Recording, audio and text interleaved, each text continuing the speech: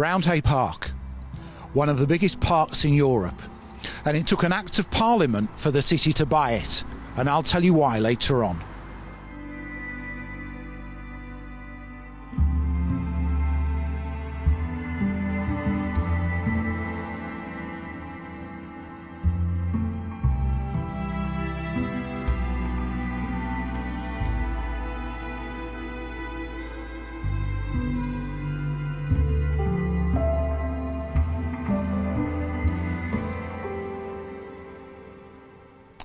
Prince Arthur opened Roundhay Park to the public in 1872, but the story of Roundhay Park goes back almost as far as English history itself.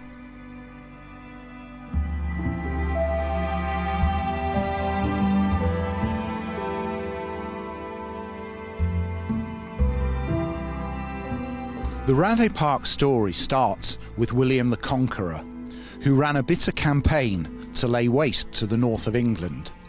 He handed this land to Ilbert de Lacy, who was also known as the first Duke of Pontefract.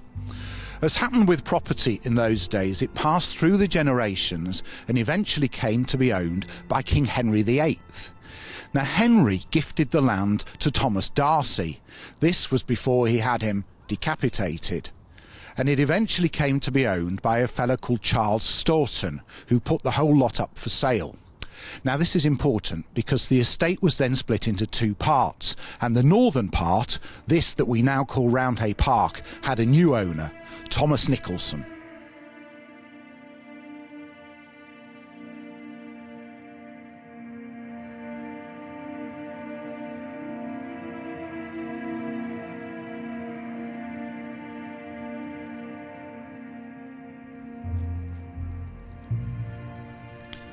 Nicholson must take credit for transforming the park from its industrial heritage into a grand country estate for himself and his family, and he created many of the features that we know and love today, including this mansion with its 17 bedrooms, which took him 15 years to complete.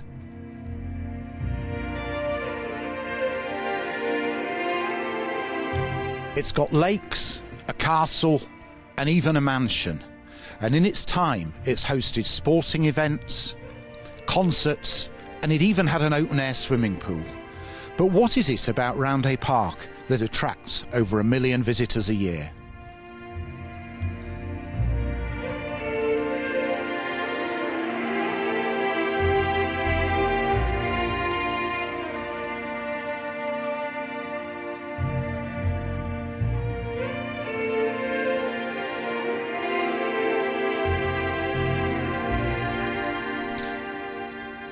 This is the Waterloo Lake, which is the larger of the two lakes, and it's so called because it was built using labour from soldiers returning from the Napoleonic Wars, specifically the Battle of Waterloo. Now, at one time, a steamer called the Maid of Athens used to provide trips around the 60-foot deep lake, and when it was no longer required, it was sunk, and it's probably still down there somewhere.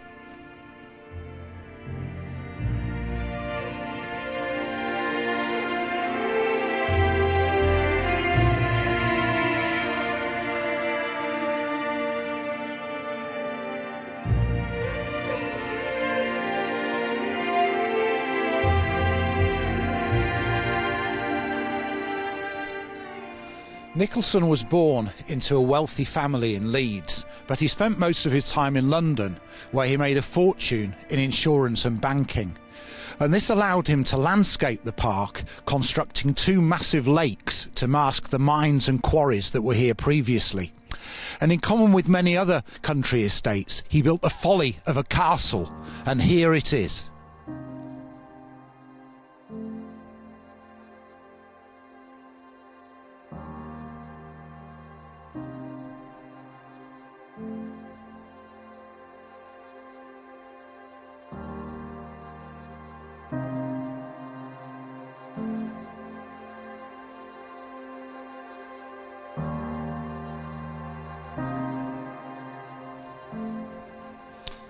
When the castle was built, it had a wooden roof, and Nicholson and his friends would sit up there having dinner parties on a summer evening. That must have been quite something.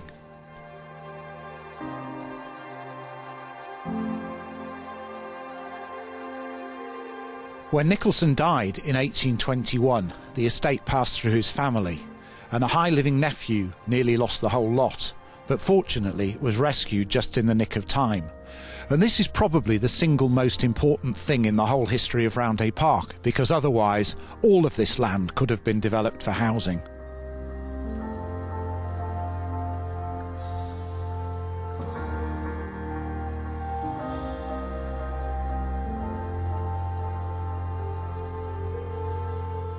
To the rescue came John Barron, the Lord Mayor of Leeds.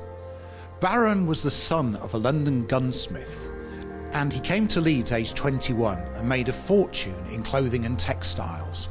But as well as being a businessman, Barron had a social conscience, and he wanted to create a large open space for the people of Leeds. Barron's idea was to buy the land, sell off some peripheral bits for housing, and then sell the rest back to the council. But the problem was the amount of money was so large that it needed an Act of Parliament to sanction the purchase, and there was quite a bit of opposition. But the city finally got its hands on the park in 1872.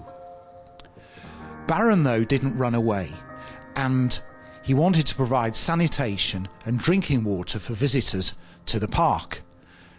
And so he built this magnificent fountain, which remains a lasting testimony to a man who did a wonderful thing for an amazing part of North Leeds.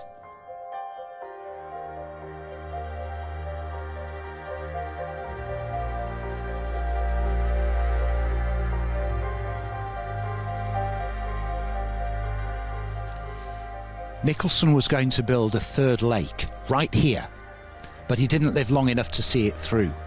So this area became a cricket pitch, a cycle track, and even a concert venue with people like Madonna, Michael Jackson and Bruce Springsteen playing here. Imagine 100,000 people sitting here. What an amphitheatre!